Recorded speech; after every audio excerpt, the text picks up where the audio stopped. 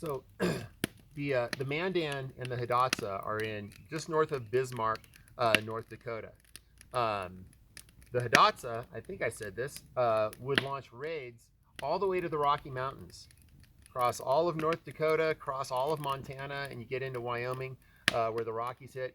And that was home to the Shoshone Indians and the Blackfeet. And they were constantly launching raids.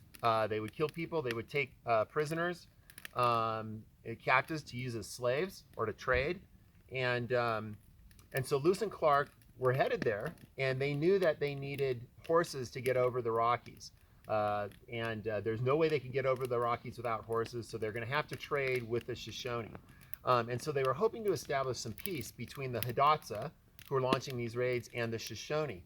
And so while they were there that winter, by the way, they built a fort called Fort Mandan. It was right across the river from one of the Mandan villages.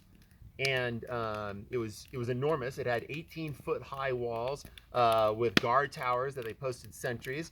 They put the swivel gun, the small cannon, in one of the guard towers, and so it was well defended. It was never needed. The Hidatsa and the Mandan were both very happy to have them there.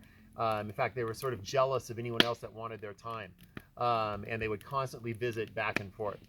But anyhow, Lewis got a couple of the Hidatsa chiefs together at Fort Mandan, and he asked them to make peace with the Shoshone so far away, and not to launch any more raids. And the chiefs told him, okay, that's fine, we'll do that. We'll have peace.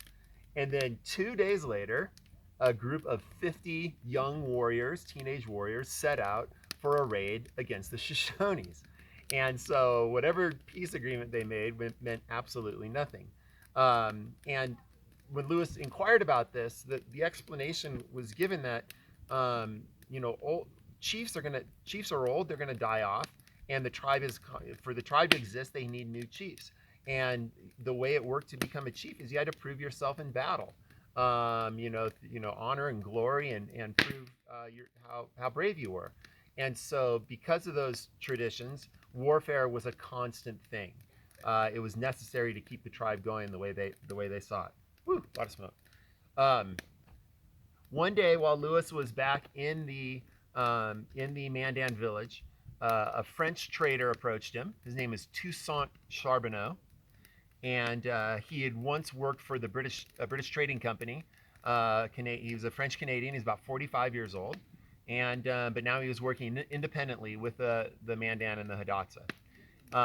And he knew that they were headed out west, and he asked if he could go along and be hired as an interpreter. He didn't speak English. He spoke French and Hidatsa, but his two teenage wives that spoke Hidatsa and Shoshone.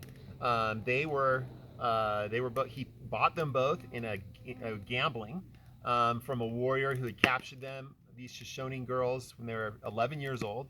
They were now 15, and so they spoke Shoshone and Hidatsa. He spoke Hidatsa and French, and Drouillard on the Lewis and Clark expedition spoke French and English, so they could communicate.